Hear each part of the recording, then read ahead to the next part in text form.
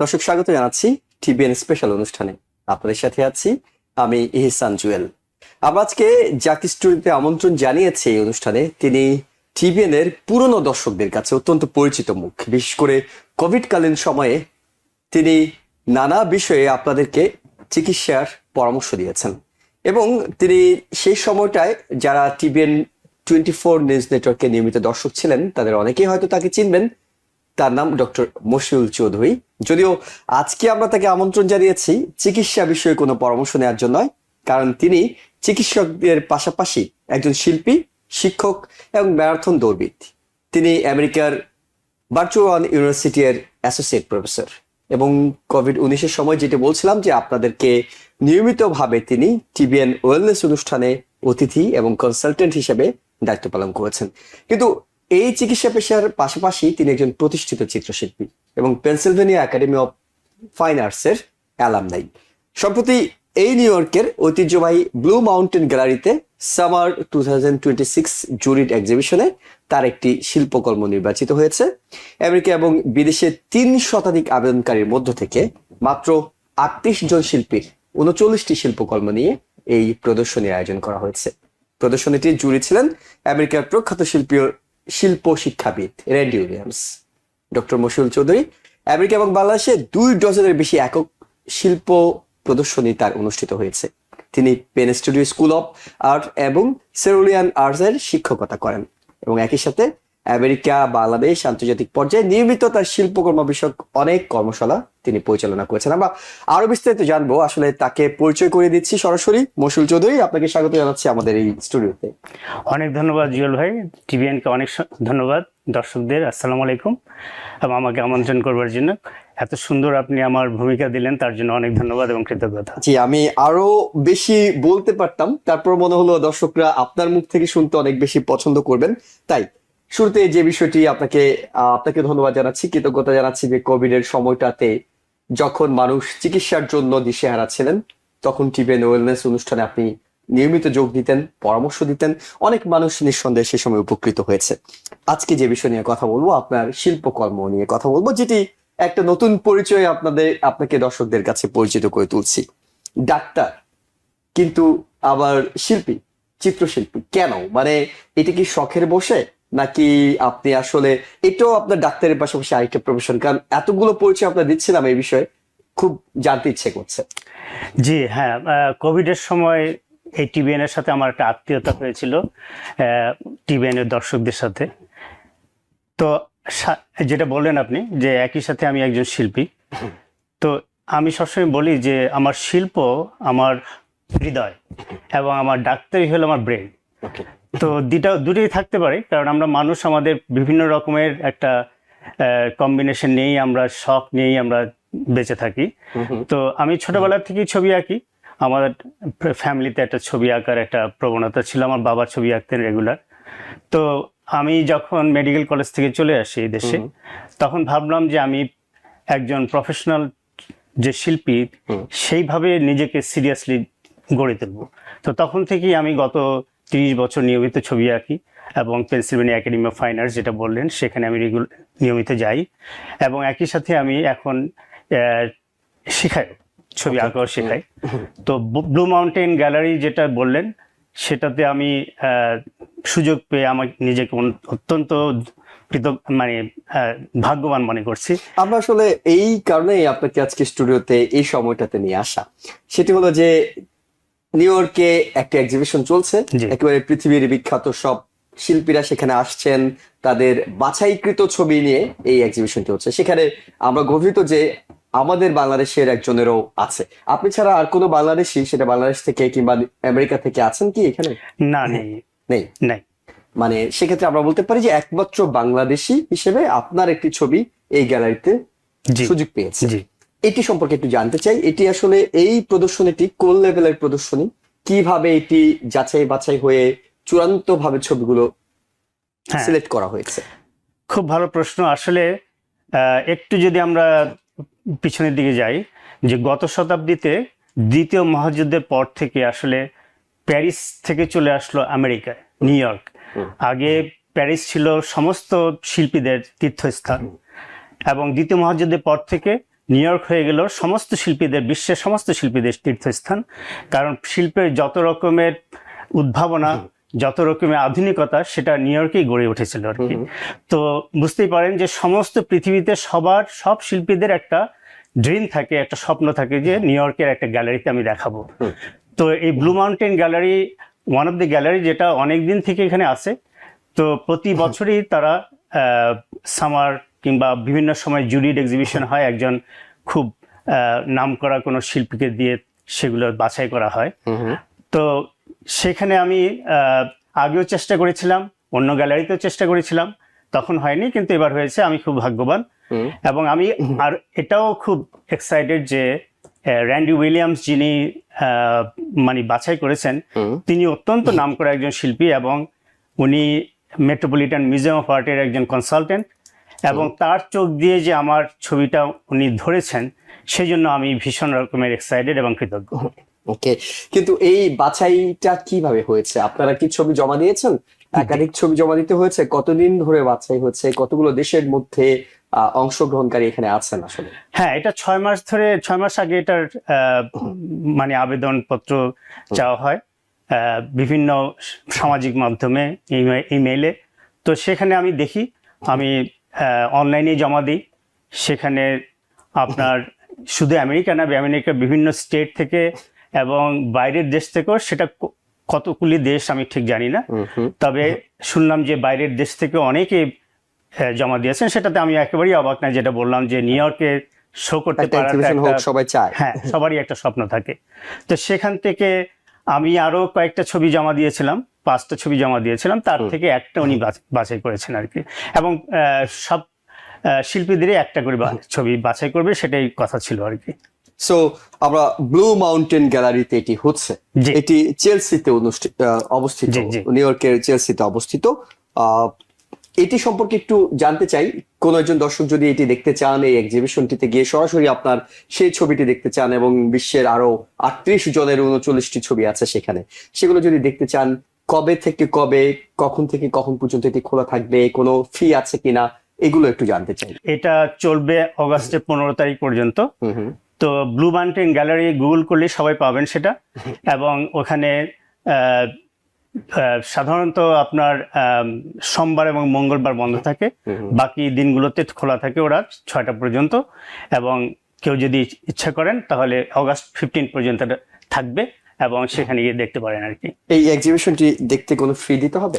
না, কোনো ফি নেই, আপনারা ইচ্ছা করলে সেখানে গিয়ে দেখতে পারেন। জি, এবং সবার আমন্ত্রণ রইল। জি, নিঃসন্দেহে আপনি একটা জায়গায় পৌঁছে গিয়েছেন। বিশ্বের 38 জন শিল্পীর মধ্যে এখন আমরা বলতে পারি এই এক্সিবিশনে অন্তত যারা অংশ নিয়েছেন, তাদের মধ্যে বাংলাদেশের একজন আছেন, এটি গর্বের বিষয়। এই জায়গায় পৌঁছানোর পিছনে আপনি বলছিলেন যে মেডিকেল কলেজ পড়ার পরে আমেরিকা চলে আসা, 30 বছর ধরে ছবি আঁকা। একটু গল্পগুলো শুনতে চাই, মানে কোথা থেকে শুরু করলেন আপনি ছবি আঁকা, এবং নিজেকে কোথায় গিয়ে দেখতে চান শেষ পর্যন্ত? ধন্যবাদ প্রশ্নটা করার জন্য। তো আমি যেটা বললাম যে আমি ছোটবেলা থেকে আঁকি, এবং মেডিকেল কলেজে যখন ছিলাম তখন আমি মেডিকেল কলেজের সমস্ত ম্যাগাজিনের ডিজাইন, ইলাস্ট্রেশন বলেন, তারপরে স্টেজ ডিজাইন, এগুলো সবসময় করতাম। কোন মেডিকেল কলেজ? ঢাকা মেডিকেল কলেজে। হ্যাঁ, ঢাকা মেডিকেল কলেজের ছাত্র আমি। তো সেসব জিনিসগুলো আমি সবসময় করতাম। তো তখন আমি ফাইন আর্টসটা অত বেশি করার সুযোগ হয়নি আর কি, যেটাকে পেইন্টিং এবং ড্রয়িং বলি আমরা। কিন্তু এদেশে আসার পরে আমি দেখলাম যে মানুষ যারা শিল্পী হতে চায়, যারা বড় শিল্পী হতে চায়, তারা একটা মুহূর্ত বাদ দেন না ছবি আঁকা ছাড়া। এবং তাদের যে এই যে নিষ্ঠা, এই যে অধ্যবসায়, এটা আমাকে খুব ভাবিয়েছে। এবং দেখলাম নিজের চোখে, তখন ভাবলাম যে না, আমি শখের বশে যে করা, এটার থেকে বের হতে হবে আমাকে। আমি যদি ভালো শিল্পী হতে চাই, যদি এটাকে সত্যি ভালোবাসি আমি, তাহলে আমাকে প্রতিদিন এর পিছনে কাজ করতে হবে। তো সেজন্য আমি আমার যেটা রেগুলার কাজ, মেডিসিন, সেটা যখন হয়ে যায়, তারপর থেকে আমি বাসায় এসে আমার স্টুডিওতে আমি সময় ব্যয় করি। আমি উইকেন্ডে ছবি আঁকি, সবসময় ছবি আঁকি। এবং ড্রয়িং যে জিনিসটা একদম বেসিক পেন্টিংয়ের, সেটা আমি সবসময় চেষ্টা করি প্র্যাকটিস করবার। এবং সেই কারণে আমি খুব এবং আমি এই ব্যাপারে খুব অ্যাগ্রেসিভ। আমি অনেক গ্যালারিতে গিয়েছি, নিজের ছবি নিয়ে গিয়েছি, দেখিয়েছি তাদেরকে। এবং আমি খুব ভাগ্যবান যে আমার গ্যালারি পেতে খুব একটা অসুবিধা হয়নি। এবং ফিলাডেলফিয়াতে আমি সিরোলিয়ান আর্টে আমি রেগুলার আমি শো করি। আমি প্রায় ডজন খানেক সলো শো করেছি এবং গ্রুপ শো অনেক হয়েছে। এবং একই সাথে আমি যে শেখাতে পারবো সেটাও আমি জানতাম না, সেটাও হয়ে গেছে। অনেকে আমাকে বলেছেন যে আপনি ভালো শেখাতেও পারেন। তো সেটা এখন বেশ পপুলার এখন সামাজিক মাধ্যমে। এবং আমি নিউজিল্যান্ডে গিয়েছি, আমাকে ডেকেছিল নিউজিল্যান্ডে ওয়ার্কশপ করতে, এবং আমি এখানেও নিয়মিত ওয়ার্কশপ করি। Penn school studio of art আছে, সেটার সাথে আমি জড়িত, সেটার ফ্যাকাল্টি। সিরিলিয়ান আর্টের সাথে আমি জড়িত, ওটার সাথে ফ্যাকাল্টি। এই বছরই আমার বেশ কয়েকটা ওয়ার্কশপ রয়েছে। এবং বলতে আমার দ্বিধা নেই যে আমি সাধারণত ওয়ার্কশপ যখন অ্যাডভার্টাইজ হয় ওটা অলরেডি সোল্ড আউট হয়ে যায় আর কি। তো সেই জায়গা থেকে আমি, এটা আমার ধারণা ছিল না, সেই জায়গা থেকে আমি নিজেকে অনেক মানে গর্বিত, আমি নিজেই গর্বিত এবং ভাগ্যবানও বলতে পারে যে হ্যাঁ এটা যে হবে সেটা আমি কোনোদিন ভাবিনি। এই ওয়ার্কশপ গুলো কি অনলাইনে করেন? কিছু অনলাইন, কিছু ইন পার্সনও হয়। তো আমি প্রথম খুব একটা স্বাচ্ছন্দ্য ছিলাম না, কিন্তু এই যে টিবিএনএ যখন প্রোগ্রাম করা শুরু করলাম এবং সেটার থেকে আবার যখন আস্তে আস্তে অনলাইন হয়ে গেল, তখন এখন মোটামুটি স্বাচ্ছন্দ্য। এখন অনলাইনে একটা সুযোগ যে পৃথিবীর যে কোনো প্রান্ত থেকে মানুষ টিউন ইন করতে পারে এবং অংশগ্রহণ করতে পারে। যেমন এই মাসে আমার এখন একটা ওয়ার্কশপ চলছে যেখানে অস্ট্রেলিয়া থেকে পার্টিসিপেন্ট আছেন, ইংল্যান্ড থেকে আছেন, বাংলাদেশ থেকে আছেন, বিভিন্ন জায়গা থেকে আছেন। এবং আপনি একটি স্কুল, অর্থাৎ ছোটদের বাচ্চাদের জন্য একটি পেন্সিলভেনিয়াতে স্কুলও পরিচালনা করছেন, সারিনাস আর্ট ক্রাফটিং। জি, এই যে বাচ্চাদের জন্য আলাদা করে স্কুল পরিচালনা করা, আপনার শিক্ষার্থীরা কারা, বাংলাদেশি বাচ্চারা নাকি মেইনস্ট্রিম বাচ্চা থেকে শুরু করে আরো, কেন আপনি এটা করছেন? আসলে বাংলাদেশি কমিউনিটি বেশিরভাগই, আমার 90% হবে বাংলাদেশি কমিউনিটি। কারণ আসলে একটা যে আমার একটা নারীর টান আছে এবং সেখানে আমার একটা পরিচিত আছে। তো আর আরেকটা কারণ হলো যে আমাদের কালচারে, আমাদের সমাজে এই আর্ট জিনিসটা যেভাবে পশ্চিমা দেশে এত নিচু, একদম প্রথম থেকেই এটার উপরে জোর দেওয়া হয় এবং প্রাইমারি স্কুল থেকে শুরু করে, আমরা হয়তো সেভাবে জোর দিই না। আমরা সবাই চাই যে পড়াশোনা করুক, ডাক্তার হোক, ইঞ্জিনিয়ার হোক, কিন্তু মানুষের যে আরেকটা দিক আছে, হ্যাঁ, যে কেউ চাইলে আর্টিস্টও হতে পারে এবং খুব সিরিয়াস আর্টিস্ট হতে পারে, এবং সেটা যে একদম অল্প বয়স থেকেই গড়ে নিতে হয়, সেটা হয়তো আমাদের কালচারে তেমন একটা নাই। তো সেই কারণে আমি সেই জিনিসটা ওদেরকে ইন্ট্রোডিউস করতে চাই। এবং আরেকটা কারণ যে বাচ্চাদের ছবি আমার খুব পছন্দ, আমি মনে করি যে আমি বাচ্চাদের কাছ থেকে অনেক শিখি আর কি। তো ওদেরকে আমি শুধু শেখাই না, ওদেরকে আমি বিভিন্ন জায়গায় নিয়ে যাই, বিভিন্ন গ্যালারিতে নিয়ে যাই, মিউজিয়ামে নিয়ে যাই। আর্ট কিভাবে অ্যাপ্রিসিয়েট করতে হয়, কিভাবে জানতে হয়, বুঝতে হয়, সেটা আমি ওদেরকে শেখানোর চেষ্টা করি আর কি। নিঃসন্দেহে খুবই ভালো একটা উদ্যোগ যে অন্তত আপনার মতো গুণী শিল্পীদের কাছ থেকে যদি বাংলাদেশি কমিউনিটির বাচ্চারা শেখার সুযোগ পায়, সেটা নিঃসন্দেহে তাদের জন্য সৌভাগ্য। কতজন শিক্ষার্থী আছে আপনার এখানে? আমার এখন প্রায় 28 জন মতো বাচ্চা আছে। এটি তো বছরই আপনার মানে ভর্তি হচ্ছে তারা, নাকি যারা ভর্তি হচ্ছে তারাই কন্টিনিউ করছে? এটা তেমন ফর্মাল কোনো ভর্তির ব্যাপার নাই এখানে, এটা অবৈতনিক বলতে পারেন। এবং সেখানে যারা শখ আছে তারা জয়েন করে, তবে কিছু ক্রাইটেরিয়া আছে, সেগুলো মানতে হয়। যেমন আমার ক্লাসে আসলে তাদেরকে 70% অ্যাটেন্ডেন্স থাকতে হবে, এবং এটা আমি খুব ভালোভাবে মেনটেন করি আর কি। তো যারা সেটা সম্ভব হয় না তারা হয়তো থাকতে পারে না আর কি। তো যাই হোক, দিন দিন এটা আরো বেশি পপুলার হচ্ছে, এবং আমি চাচ্ছি যে ওদেরকে নিয়ে আরো অনেক কাজ করার ইচ্ছা আছে। ওদের মাত্র এক্সিবিশন হলো, যেটা বললেন, আপনারাও এটার কাভারেজ দিয়েছেন, অনেক ধন্যবাদ, আমি খুবই কৃতজ্ঞ সেজন্য, তার জন্য। আপনি তো পেনসিলভেনিয়া কেন্দ্রিক এই স্কুলটি পরিচালনা করছেন, কিন্তু আমার কাছে তো মনে হয় পুরো আমেরিকা জুড়ে বাংলাদেশি কমিউনিটির যে বাচ্চারা আছে তারা সবাই আপনার কাছ থেকে শেখার একটা সুযোগ পাওয়া উচিত। কেন এটি অনলাইনেও পাশাপাশি করছেন না? হ্যাঁ, এটা খুব ভালো কথা, এটা করা যায়, কিন্তু আমার আসলে সময় নেই আর। হ্যাঁ, আমি এত বেশি অনেক কিছুতে যুক্ত। তবে সুখের কথা যে আমি ডিসাইড করেছি যে আমি এই ডিসেম্বরে মেডিসিন থেকে রিটায়ার করব, এবং আমি পুরোটা সময় আমি আর্টে দেব। আমার যদিও রিটায়ারমেন্টের বয়স হয়নি, কিন্তু আমি চাচ্ছি যে আমি পুরোটা দিতে। যেটা আমার হার্ট, যেটা আমি ভালোবাসি, সেটা আমি মানে এমন না যে- ব্রেইনটাকে এখন একটু কমিয়ে জি, এনে জি, জি, হার্টটাকে আরেকটু জি, বাড়াতে আরেকটু চাচ্ছেন, বাড়াতে। যেটি তো আপনি বলছিলেন। যেটা বললেন, যেটা আমাকে বললেন এই মাত্র, সেটা অবশ্যই করা যায়, যে পুরো অনলাইনে করা যায়, যাতে আরো শিশুরা আরো জয়েন করতে পারে, আরো ওদেরকে নিয়ে কাজ করতে পারি। শিখতে পারে তারা অন্তত। আপনি নারীটনের কথা বলছিলেন, আমরা তো এই নারীটন মানে আমাদের মাতৃভূমির কথা জি, ভাবি, জি। বাংলাদেশের কথা ভাবি, সেইখানকার শিল্পকর্মের সঙ্গে, সেইখানকার ওয়ার্কশপ গুলোর সঙ্গে, কিংবা বাংলাদেশের শিল্পকর্মকে কিভাবে এগিয়ে নেওয়া যেতে পারে, এইসব জায়গায় আপনার সংশ্লিষ্টতা কি? হ্যাঁ, খুব ভালো প্রশ্ন। আসলে আমি বাংলাদেশের সাথে অনেকদিন জড়িত ছিলাম না, হুম হুম। আর্টের জগতে বিশেষ করে। কিন্তু 2013 সালে আমার একটা সোলো এক্সিবিশন বাংলাদেশে হলো ঢাকা আর্ট সেন্টারে। সেটাতে যখন পার্টিসিপেট করলাম, যে সেখানে যখন গেলাম, তখন আমার চোখ খুলে গেল বাংলাদেশের শিল্পীদের ব্যাপারে, যেটা অনেক দিন ছিল না, সেটা আমার কারণেই। তো আমি দেখলাম যে বাংলাদেশে একটা সাংঘাতিক ভাইব্রেন্ট একটা আর্ট কালচার কিন্তু তৈরি হয়েছে অনেক দিন থেকে, যেটা আমাদের সময় সেভাবে ছিল না। এখন বাংলাদেশে প্রচুর গ্যালারি, প্রচন্ড কম্পিটিশন, এবং সবাই শিখতে চায়, ভালো ভালো আর্ট করতে চায়, ভালো শিল্প করতে চায়। এবং আমি খুব ভাগ্যবান যে আমি বাংলাদেশের চারুকলাতে দুবার আমি ওয়ার্কশপ নিয়েছি, ওদের ক্লাস নিয়েছি। আমি ওখানে আমার ছবি সম্বন্ধে বলেছি। তো এবারও আবার নিব। ওদের সাথে আমার কাজ করার, কোলাবোরেট করার অনেক ইচ্ছা আছে, প্ল্যান আছে। বাংলাদেশে হয়তো আরেকটা সোলো এক্সিবিশন হতে পারে। তো বাংলাদেশের শিল্পীরা প্রচন্ড ভালো কাজ করছে এখন, যেটা আমি অনলাইনে দেখি, সামাজিক মাধ্যমে দেখি, এটা একটা সুবিধা। এবং ওদের অনেক রকমের বিভিন্ন ধরনের কন্টেম্পোরারি যে আর্টগুলি করে, সেগুলি ভীষণ রকমের মানে অনেক আশা দেয় ব্যাপারটা। শিল্পীদের একটা নেটওয়ার্ক থাকে, তারা জি। পশ্চিমা শিল্পীদের কথাই বলি কিংবা বাংলাদেশি চিত্রশিল্পীদের কথাই বলি, একটা নেটওয়ার্কের মধ্য দিয়ে তারা চিন্তার আদান প্রদান করেন, জি, জি। তাদের ভাবনাগুলোকে তারা আরো বেশি পরিশীলিত করেন, আরো বেশি উন্নত করেন।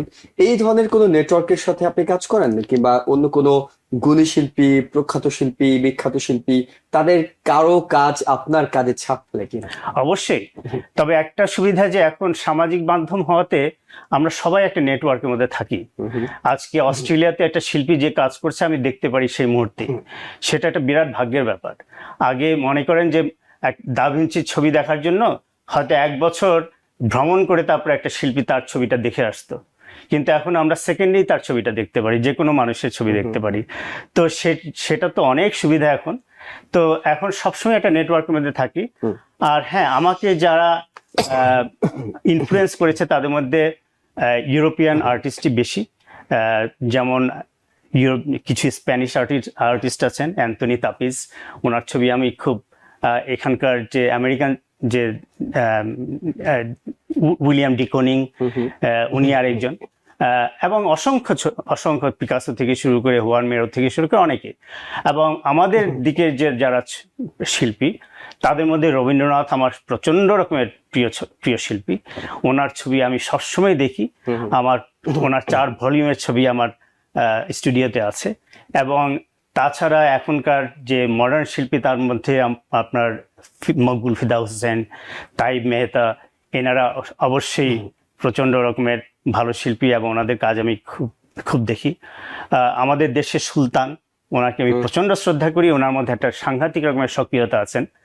তো হ্যাঁ, অনেক শিল্পী, আমরা সবাই শিল্পী দ্বারা সবসময় ইনফ্লুয়েন্স থাকি। হ্যাঁ, এক এক শিল্পীর এক এক ধরনের বৈশিষ্ট্য থাকে, এক এক শিল্পী এক একটা বিষয়কে ফুটে তুলতে চান। আপনার কাজের মূল জায়গাটা কোথায়, মূল ফোকাসটা মানে কিসের উপর আপনি কাজটা করেন? তো আমি যখন যেখানে থাকি সেটাই আমার ইনফ্লুয়েন্স। আসলে আমি আরবান একটা এনভায়রনমেন্টে বড় হয়েছি। আমাদের ঢাকা শহরের যে একটা কোলাহল, যে নয়েজ, যে রকমের আমাদের ধোঁয়া, এই যে একটা সাংঘাতিক এই পরিমাণ, হ্যাঁ, মানে এই যে কেওটিক একটা এনভায়রনমেন্ট, এটার মধ্যে যে একটা সৌন্দর্য, এটাকে আমি ধারণ করার চেষ্টা করি। এবং সেটা আমি এই দেশে আসার পরে ফিলাডেলফিয়াতে কিছুটা পেয়েছি। তো এই আরবান ল্যান্ডস্কেপ নিয়ে আমার কাজ, এবং সেটাকে আমি যতটা বিমূর্ত করা যায় সেভাবেই আমি ভাবি। এবং বাংলাদেশের আরেকটা জিনিস আমাকে সবসময় ইনফ্লুয়েন্স করে, সেটা হলো যে ওয়াল আর্ট ঠিক না, ওয়ালের যে ভাষা, আমাদের দেয়ালে যে রকমের স্লোগান দেওয়া হয়, ছবি আঁকা হয়, সেটা কিন্তু অন্য কোনো দেশে কোনো শহরে এইভাবে হয় না।